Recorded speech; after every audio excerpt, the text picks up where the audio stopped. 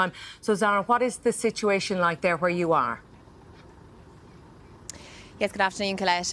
We're just an hour ahead here in Medica. I suppose, look, there's been people coming over the border for the last couple of days, albeit today they're coming quite slowly. We believe there is quite a backlog on the other side of the border. It's taking people quite some time to get through. They're talking about up to 3 days of a delay to get through here. What's interesting is we're seeing people coming both by foot but also by bus. There are busloads coming through here, and it's very difficult, Colette, particularly to see the small children on the bus, and they're waving to the media, the innocence in their faces. A lot of them confused about exactly what is going on, while the people who are coming on foot, I'm not sure if you can see just behind us here, there is more families coming through. It's very difficult, Colette. I suppose, one of the things that strikes you is the fact that a lot of the women coming across the border here, they're just quietly crying, they're sobbing as they come through, and there's people waiting here to offer them food and support, and there's just people coming, bringing aid to the border, Polish people welcoming them warmly and doing whatever they can, sort of handing out sandwiches, and these people are emotionally broken. They've been on a long journey to get to this point. We spoke to one family, Michelangelo. He is only 16. He came with his mother and his little sister who is 2. They left Kyiv. We spoke to him this morning. He was particularly upset about the fact that they had to leave his father behind. We come from Kyiv. We live in Kyiv, and we're so scared about this story with Russia. We're very scared about my father because he is staying in Kyiv. Are you okay? How are you feeling?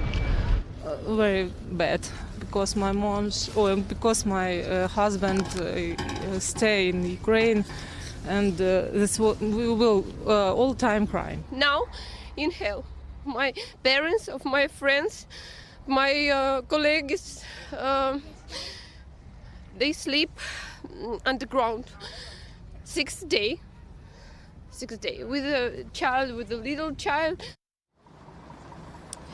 Colette, this is an unimaginable journey for these people. I suppose you've got everything from small children up to elderly women, women as old as in their 80s, walking across the border and telling us that they don't know what the future means for them. They don't know what's going to happen next. As I say, the Polish authorities doing the best they can in terms of supporting people. As we were driving down here this morning, we could see a number of temporary camps have been set up along the way, Colette, to provide that temporary support. But in the meantime, they're also offering people travel passes to make sure that they can get across Poland, because the main concern, of course, is that they don't want to be in a situation where you have hundreds of thousands of people trapped in this one part of the country. So they are trying to give people the opportunity to travel across the country, be it to reach friends and family. We're told that there's around 1.5 million Ukrainians roughly living in Poland at the moment. Many of them will have come back in 2014. So they are the ones who will be hosts. They will welcome their friends and family as they come across the border. And even as I speak to you this lunchtime, we can see people standing here with name signs. They're waiting for people to welcome them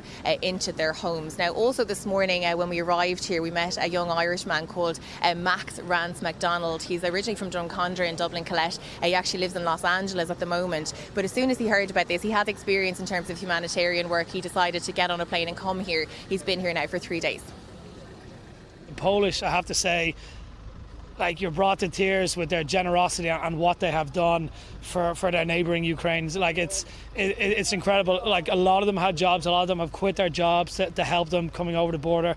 There's tents strewn all across on the side of the road, and they're overflowing. The ratio of volunteers to refugees coming across is phenomenal, and they're just giving them such a warm reception after having such a tough time getting across the border. So, Colette, a warm reception after what has been a really difficult time for these people. I suppose one of the things that has really stood out to me from the people that we've spoken to here today is the idea that they want to go home eventually. They don't know when exactly that is going to be, but a lot of them hold on to some level of hope that eventually they will make it back to Ukraine.